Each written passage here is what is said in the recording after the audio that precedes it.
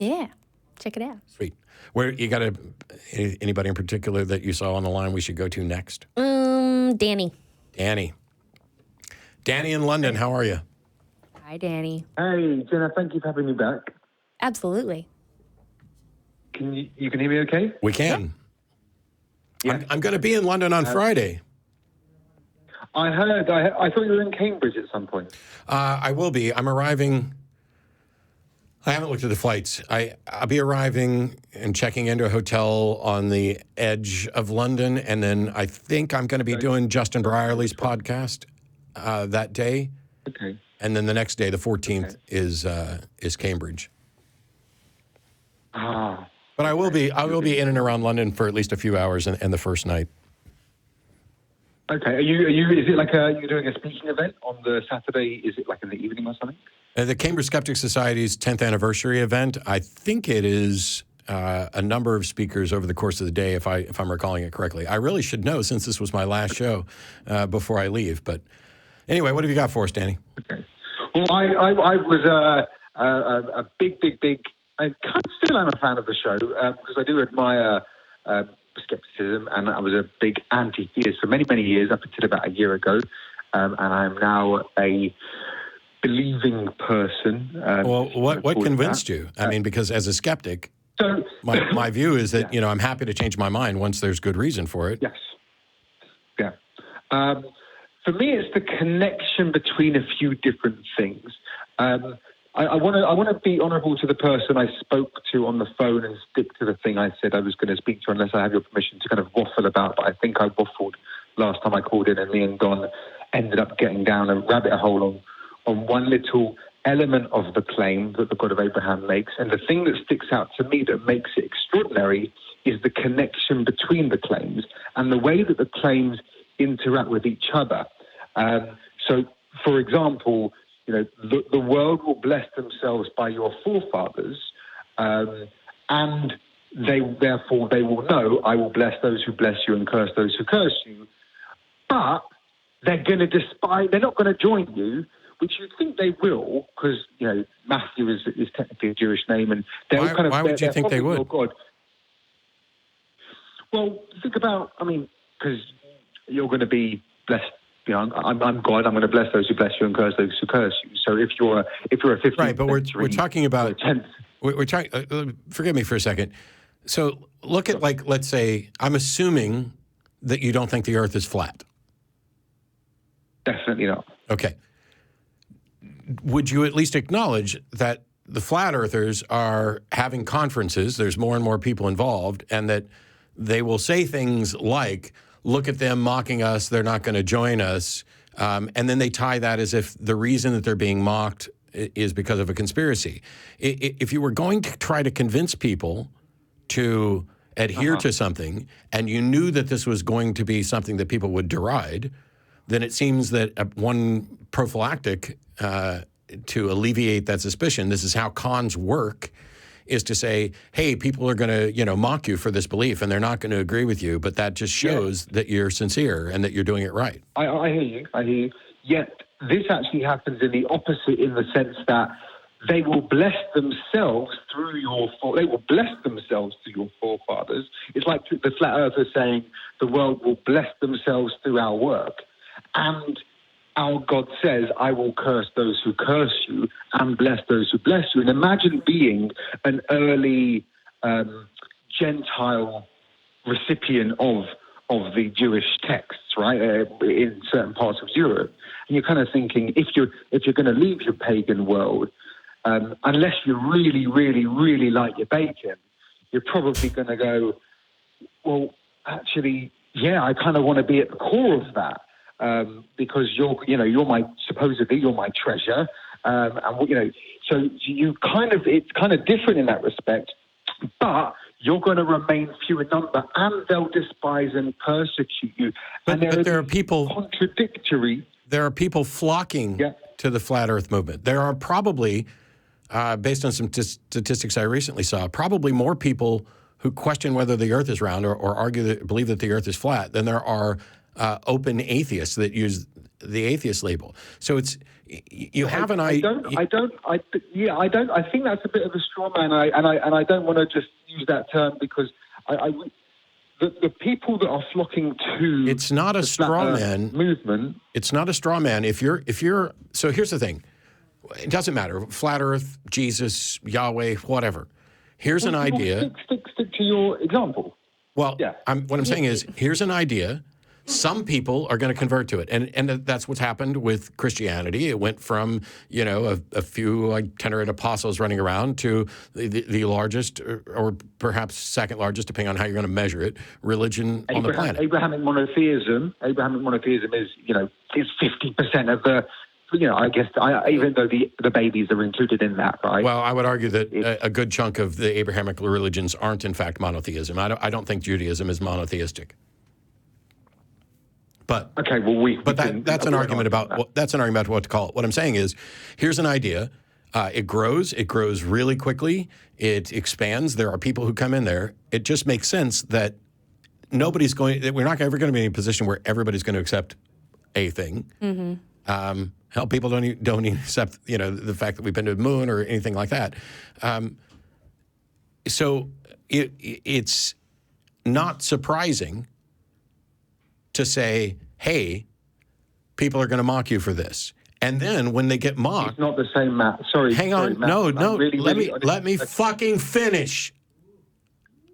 Sorry, buddy. It's not surprising that people are going to say, hey, people are going to mock you for this. And when the mocking happens, people will take that as affirmation of a prediction when there's no evidence that this was a prediction made that came true in any remarkable sense. So if there's nothing remarkable about it, I don't know why you would use this as if it were something remarkable. Because they're the same people. The people who are following it are the people who are not mocking it, but persecuting them. It's the same people. The people will follow your God, and they will despise and persecute you. I do believe that your example isn't actually applicable. First of all, I need you to explain that a little bit more, but I don't see how that's a rebuttal at all. You're making the statement that some people will ahead of time say, hey, I have this idea, and to make it easier on ourselves and our in-group, hey, there are going to be people who mock us. Right? It's like a kind of a political thing. They're going to be, we're on the in-group, there are going to be people on the out-group, right? Yeah. That's kind of what you're saying. But that Moses, or in fact, it's claimed to be the God of Abraham himself, so it hinges even more, actually says, the world will bless them. They will follow your God. They will follow they will follow it. They will bless themselves by your forefathers. But they will persecute you. It's the same people. It's as if to say the Flat Earth Society says, loads of people the world will come to believe in you, right? Which isn't true because they're not actually saying. Well, it's growing. The world hasn't come to believe anything. The families of the Earth.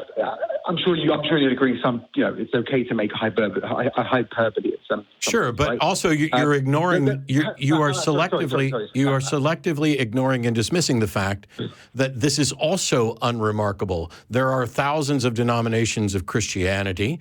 There are constant infighting. Abraham, the God of Abraham. It's the same God. What? It's the God of Abraham. It's the God of Abraham. So fucking what? That doesn't matter. It's Why are you talking. again? It is. It doesn't. It is because it does. No. Abraham. Hold on, why do you think it matters so much? Well, because he's saying to Abraham, the families of the earth will bless themselves by you. Yeah. And then he's saying this to their children, to their offspring. Those same people. Yes. So the people that are affected. This is not remarkable, Danny. Yeah. If you'd let me finish. Will them persecute you. If you'd let me finish, this is not remarkable. I'm sorry. This is not. It's the opposite of what you're saying. It's the people joining. It's not the opposite. Shut up for a second. Danny, do you want to learn anything and have a conversation, or do you want to just talk? Go ahead. Okay. How is it remarkable that a bunch of people who would believe in the same God would disagree on specifics about that God? We're the most persecuted people over thousands of years. And that is not relevant? remotely a fucking answer to my question. How is it remarkable? It is because it's no, not I swear, Danny, I'm about to hang up. How is it remarkable that people who believe in the same God would also disagree about specifics of that God? This is human nature. We see this happen all the time. It's the reason there are Hindu sects. It's the reason there are Buddhist sects. It's the reason there are Judaic sects. It's the reason there are Christian sects. It doesn't matter that you can lump them into a group and say, well, you're all appealing to the same God. Yes, of course, it's normal for them to disagree on things when the God they believe in has not engaged with them and made it clear as to what it is they're supposed to believe. Is disagreeing the same as despised and persecuted? Yes. If there's a power base, let me finish.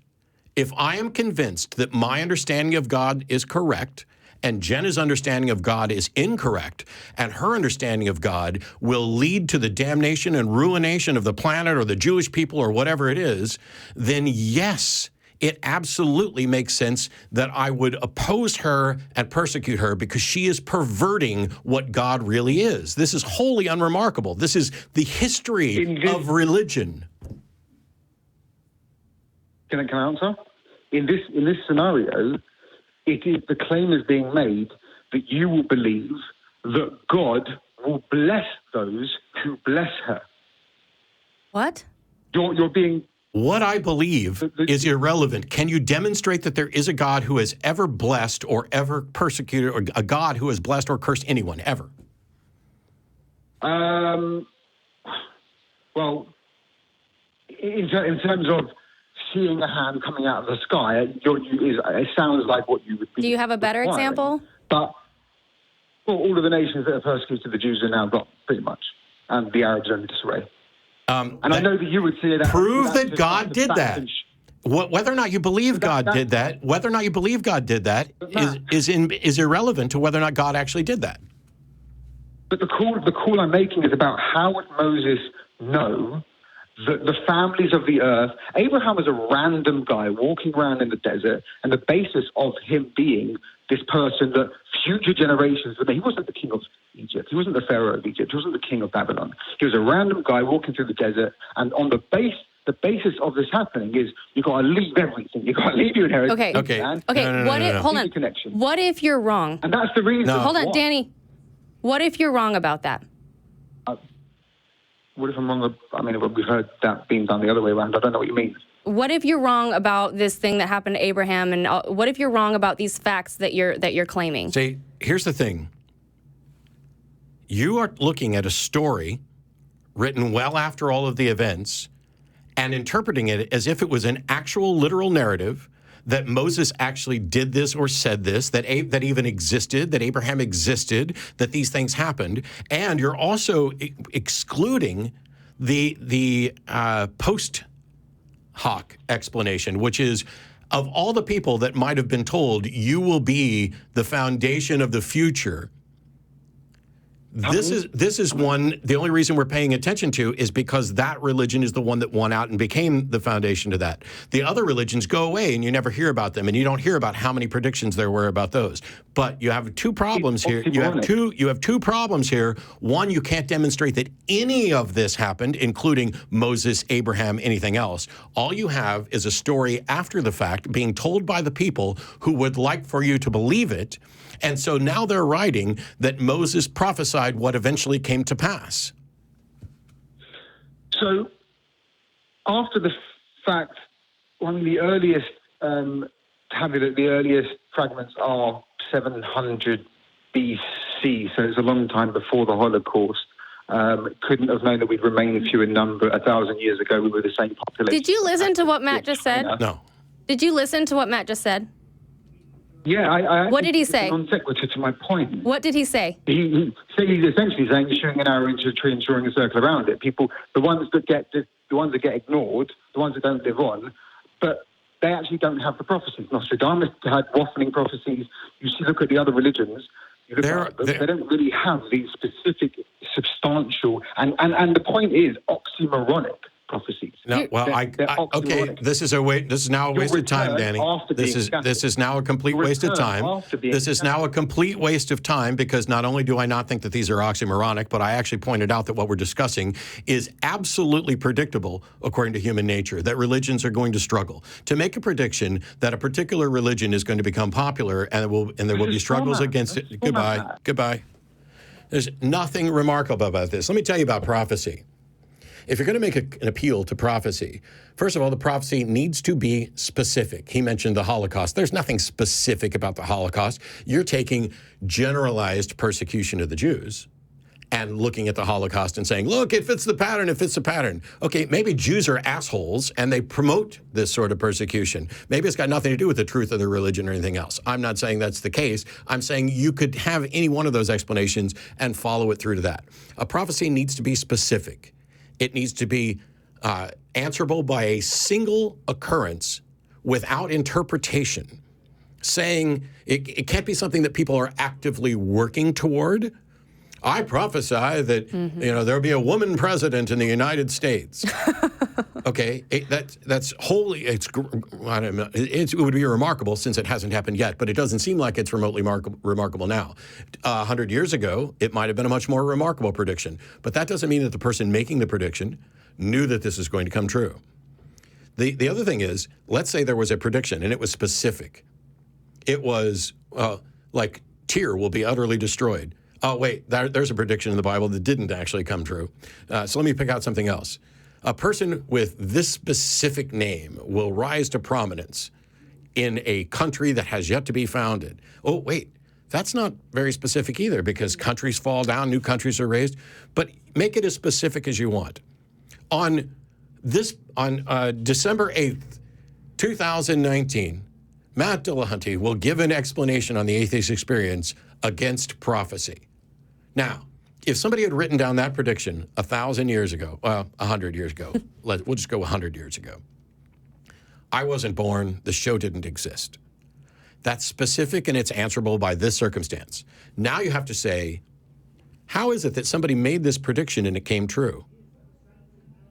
Did this person who made this prediction actually know this? Did they get it right? Was it coincidence? Was this prediction in the public eye so that people knew about this so that they eventually named somebody and, how many Matthew Dillahunties are there? Well, there's at least 2 in Austin, or there were. I know because he got my hate mail for a while. So you have to go through all of those things. And even if you get to the point where it's like, all the specifics of this are so remarkable. I don't know how this person could have made this prediction and it ultimately came true. That's the answer. I don't know. You don't get to just say, therefore, because I can't explain it, there must be a supernatural explanation. And because there's a supernatural explanation, it must be this particular supernatural explanation, not time machines, not space aliens. It must be my God. This is where you are falling down, Danny. Because you see things and you are drawing connections in your mind and you are making an erroneous declaration that these things are remarkable when they're not. The entire history of humanity is one of struggle and disagreement, especially as it pertains to religion. You are cherry-picking this particular religion and then cherry-picking from things that may or may not be prophecy, taking the things that seem to fit and saying, this is just so remarkable, it must be God. Well, let's take that a step further. Where the fuck is your God?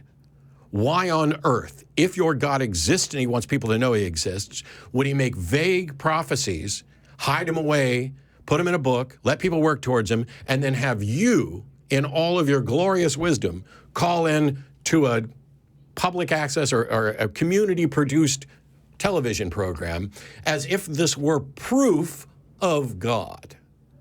Why doesn't your God reveal himself to everybody else? Either there's a God that actually wants people to know he exists, or there's not. And if God wants people to know that he exists, or she exists, or they exist, or whatever, wouldn't it be better to just make that revelation rather than keep hiding away secret messages in books, waiting for somebody like you to come along and connect the dots? Maybe they're just dots.